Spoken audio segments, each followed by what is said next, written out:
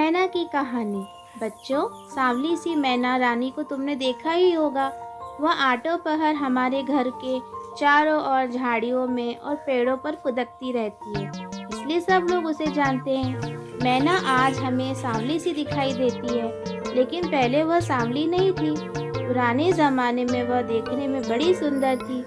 वह हद से भी ज़्यादा उजली और साफ दिखती थी। शायद तुम पूछोगे कि फिर उसका रंग सांवला क्यों हो गया। सुनो, इसके बारे में एक मज़ेदार कहानी सुनाती हूँ। एक दिन मैना आसमान में उड़ रही थी कि उसने एक चट्टान पर बैठी हुई एक सुनहरी चिड़िया देखी। वह चिड़िया खिलती धूप में जगमगा रही थी। उसके सामने सोने चांदी की डेरियाँ लगी हुई थी, जिन पर सूरज की किरणें चमक रही थी। वह चिड़िया सबकी आंख बचाकर अपने सोने चांदी के खजाने का हिसाब लगा रही थी। लेकिन अब मैना ने उसे देख लिया और उसका भेद खुल गया। मैना क्यों चुप रहती? उसने सवालों की झड़ी लगा दी। दीदी, तुम्हें यह सब सोना चांदी कहाँ से मिल गया? क्या कहीं से उठा लाई हो या किसी देवता ने खुश होकर दे दिया है? वह सुनहरी चिड़िया अपना भेद किसी को बताना नहीं चाहती थी। अपने घर का भेद कौन खोलना चाहेगा? लेकिन उसने सोचा, अगर मैं मैना को यह भेद ना बताऊंगी तो वह जाकर सब पंछियों में डिंडोरा पीट देगी, कहेगी कि इसने एक खजाना छिपा रखा है। तब सब पंछी मेरे पीछे पड़ जाएंगे।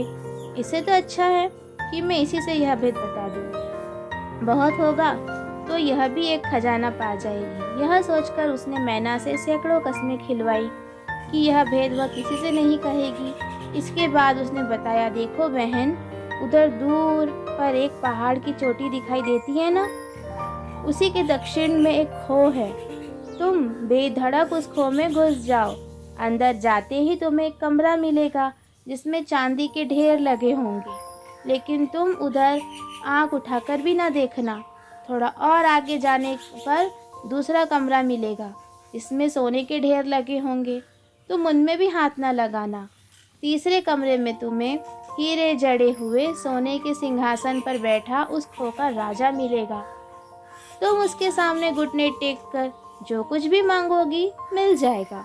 यह सुनना था कि मैना उस पहाड़ी की ओर उड़ी। वहां पहुंचकर उस खो में अंदर चली गई। कुछ दूर जाने पर चांदी के खजाने वाला कमरा मिला। चांदी के ढेर देखते ही उसका मन ललचा गया, लेकिन उसी वक्त सुनहरी चिड़िया की हिदायत याद आ गई। उसने अपने आप को रोका।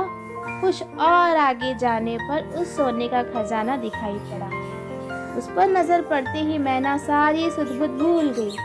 चिड़िया की बातें ना जाने कहाँ हवा हो गई। किसी न किसी तरह यह सोना उठा ले जाना चाहिए, यह सोचकर उसने सोने की ढेरी में चोंच मारी।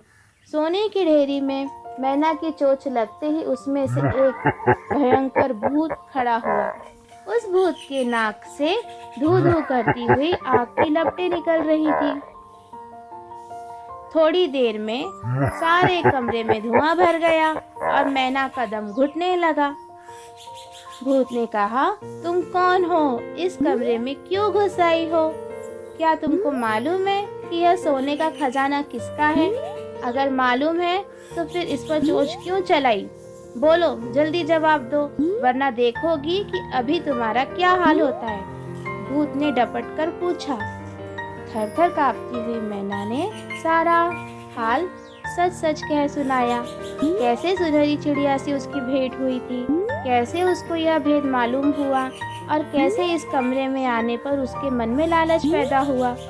उसने रोते रोते यह सब कह सुनाया। पूछते ही तुमने सच सच बता दिया, इसलिए मैं तुम्हें माफ़ कर देता हूँ, लेकिन तुम्हें लालच का फल तो भुगतना ही पड़ेगा। जाओ, अब कभी ऐसा काम ना करना। यह कहकर भूत ने मैना को कमरे से बाहर निकाल दिया। बाहर आकर देखने पर मैना को मालूम हुआ कि उसका हद से भी ज़्यादा उजला हुआ शरीर काला हो गया है, लेकिन उसने सोने की ढेरी में चोंच मारी थी, इसलिए उसकी चोंच में सोना लग गया और वह पीली बन गई। देखा तुमने मैना के लालच का फल क्या हुआ? सुनहरी चिड़िया को डरा धमकाकर भेद जान लेना उसकी पहली भूल थी। जान लेने के बाद भी लालच के मारे उसकी हिदायतें भूल जाना और सोने की डेयरी पर चोंच लगाना उसकी दूसरी भूल थी। इसलिए भूत को गुस्सा आ गया। उसकी दूध सीधे झुलस कर काली हो गई। फिर भी खैरियत इसी में थी कि उसकी जान बच गई। ना देखो गाइस, अगर आपको हमारी ना स्टोरीज वीडियो आपको अच्छी लगती है तो फिर आप इसे लाइक और सब्सक्राइब करना मत भूलना, क्योंकि बहुत ना मोटिवेशन मिलता है। और ना गाइस, अगर आपको ऐसे आपको मज़ेदार आपको स्टोरीज चाहिए तो इस वीडियो को आप लाइक करना मत भूलना।